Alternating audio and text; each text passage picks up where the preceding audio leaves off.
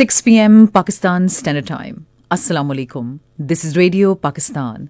The news read by Sumaira Kanwal. The headlines first. Prime Minister witnessed Aman 2023 international exercise organized by Pakistan Navy in Karachi today. Foreign Minister has expressed confidence that young Pakistani diplomats will continue to strengthen relations with international community. Pakistan and Ivory Coast have agreed to enhance bilateral relations in diverse sectors through parliamentary cooperation. At the United Nations, Pakistan has called for enhanced international cooperation to deal with the challenges of climate change and water crisis. In Indian illegally occupied Jammu and Kashmir, complete shutdown will be observed tomorrow against policies of Modi-led fascist regime to dislodge Kashmiri people from their lands and properties. In the ICC Women's T20 World Cup, Pakistan will take on Ireland at Cape Town tomorrow. And now the news in details. Prime Minister Mohammad Shehbaz Sharif witnessed the International Joint Naval Exercise Aman 2023 organized by Pakistan Navy in Karachi today. Naval forces of more than 50 countries participated in the 5-day joint naval exercise. The exercise was aimed at to develop an effective joint strategy against pirates, terrorists and smugglers of drugs and arms. Today was the last day of Aman 2023 exercise that continued for 5 days with 2 phases including land and sea. The exercises are a great initiative by Pakistani Navy that are conducted every 2 years and that have gained recognition over the world. Foreign Minister Bilawal Bhutto Zardari has said government is arduously working for the betterment of relations with all the international partners. Addressing the 42nd Specialized Diplomatic Course for the Officers of Foreign Service of Pakistan in Islamabad today, he said our foreign policy has been guided by national interests, pragmatism, constructive engagement and amicably managing divergences and maximizing commonalities of interests.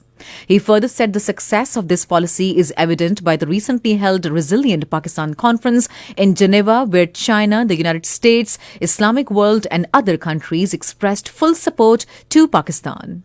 Referring to the changes taking place at the international level, the Foreign Minister said this necessitates a foreign service equipped with the skills and capacities to comprehend and adapt to the current day geopolitical and geoeconomic realities.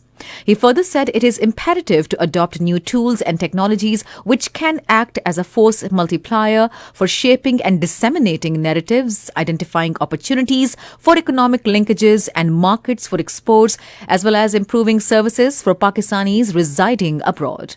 He said the diplomats have great responsibility to enhance Pakistan's strategic space in the international arena. Foreign Minister Bilawal Bhutto Zardari formally launched the automation of power of attorney for overseas Pakistanis in Islamabad today. Addressing the ceremony, Foreign Minister termed it a great achievement of NADRA for the facilitation of overseas Pakistanis and Pakistani missions abroad. He expressed hope that this service will also be available at the Foreign Office in the future. Speaking on the occasion, Chairman NADRA Muhammad Tariq Malik said the facility will be available in 197 countries for overseas Pakistanis.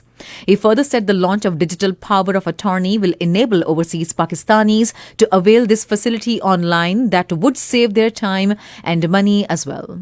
The chairman said online video facility has also been provided in this process to make the record accessible in courts. He further said for this purpose we have developed modern software. He said all the legal obstacles for this purpose were removed with the collaboration of Ministry of Foreign Affairs. Foreign Minister Bilawal Bhutto Zardari visited the Syrian embassy in Islamabad today and condoled with the Syrian ambassador over the deaths and destruction caused by the recent earthquake. In his remarks, the Foreign Minister said Pakistan stands with the government and people of Syria in this hour of grief. Pakistan and Ivory Coast have agreed to enhance bilateral relations in diverse sectors through parliamentary cooperation. The understanding was reached at a meeting of Speaker National Assembly Speaker Raja Parvez Ashraf with parliamentary delegation of Ivory Coast in Islamabad today. The visiting delegation is led by Speaker of Ivory Coast's National Assembly, Adama Bictogo. Raja Parvez Ashraf said the visit will help bringing Pakistan and the people of Ivory Coast closer. Both the countries also signed Memorandum of Understanding for the establishment of Parliamentary Friendship Group between Pakistan and Ivory Coast. Pakistan is also an agricultural country like Ivory Coast, and the visit will help deepen bilateral relations between the two countries and deepen cooperation on trade and investment. The Speaker of National Assembly of Ivory Coast said Ivory Coast wants to further expand bilateral relations with Pakistan. At the United Nations, Pakistan has called for enhanced international cooperation to deal with the growing water crisis. Speaking at opening session of the annual parliamentary hearing in New York, Deputy Speaker National Assembly Zahid Akram Durrani said the global climate change is increasingly impacting water availability, leading to water scarcity in some regions and flooding in others. More than 250 members of parliament, speakers, advisors and related officials from 60 countries are participating in the event. Pakistan's delegation is headed by Deputy Speaker Zahid Akram Durrani. In the second session, Senator Sana Jamali called for helping the developing nations by providing financial resources and technology transfers in accessing affordable and safe drinking water, as well as improving sanitation and hygienic situations for all. In the third session, Senator Abdul Qadir stressed the need for scaling up investments to adequately adapt water supply and sanitation services, flood protection, water storage and irrigation schemes. On the sidelines, the parliamentary delegation met with the UN Assistant Secretary General for Economic Development, Naveed Hanif, and discussed issues concerning water scarcity and climate change. They underlined the need for international cooperation to achieve water goals and promote climate agenda. This is Radio Pakistan. In Indian illegally occupied Jammu and Kashmir, complete shutdown will be observed tomorrow against the brutal policies of fascist Indian regime to dislodge Kashmiris of their lands and properties. Call for the strike has been given by All-Party Hurriyat Conference.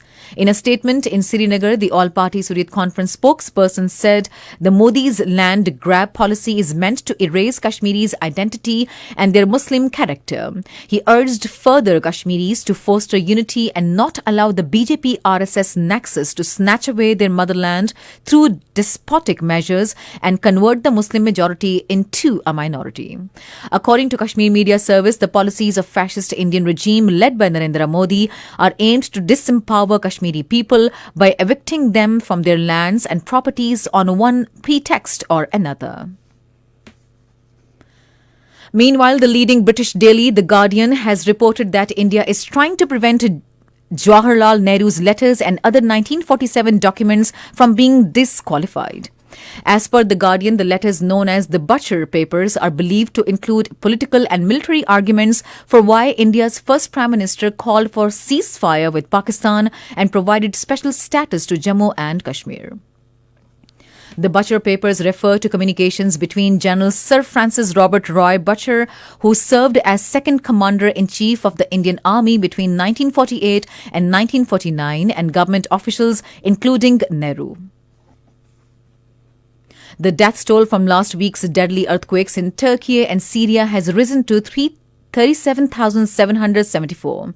According to officials, at least 31,974 people have lost their lives in Turkey and more than 5,800 in Syria. Meanwhile, Syrian President Bashar al-Assad has agreed to let the United Nations deliver aid to affected parts of Syria through 2 more border crossings from Turkey.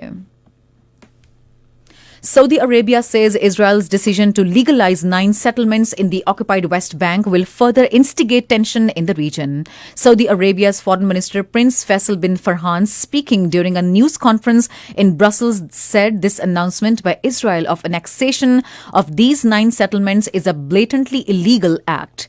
Prince Faisal stressed that it is essential to continue focusing on finding a pathway to peace.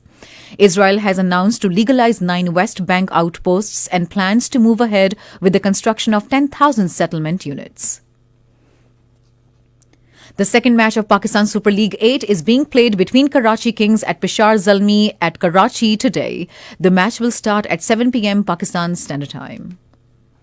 The ICC Women's T20 World Cup Pakistan will take on Ireland at Cape Town tomorrow. The match will start at 10 p.m. Pakistan Standard Time. And finally, the weather. Mainly cold and dry weather is expected in most parts of the country during the next 12 hours. However, light rain, light snowfall is likely to prevail in Gilgit-Baltistan, Chitral and Dir. And that is the end of the news. For more news and analyses, log on to our website radio.gov.pk and also watch live streaming of our bulletins on the link facebook.com/radio Pakistan News Official.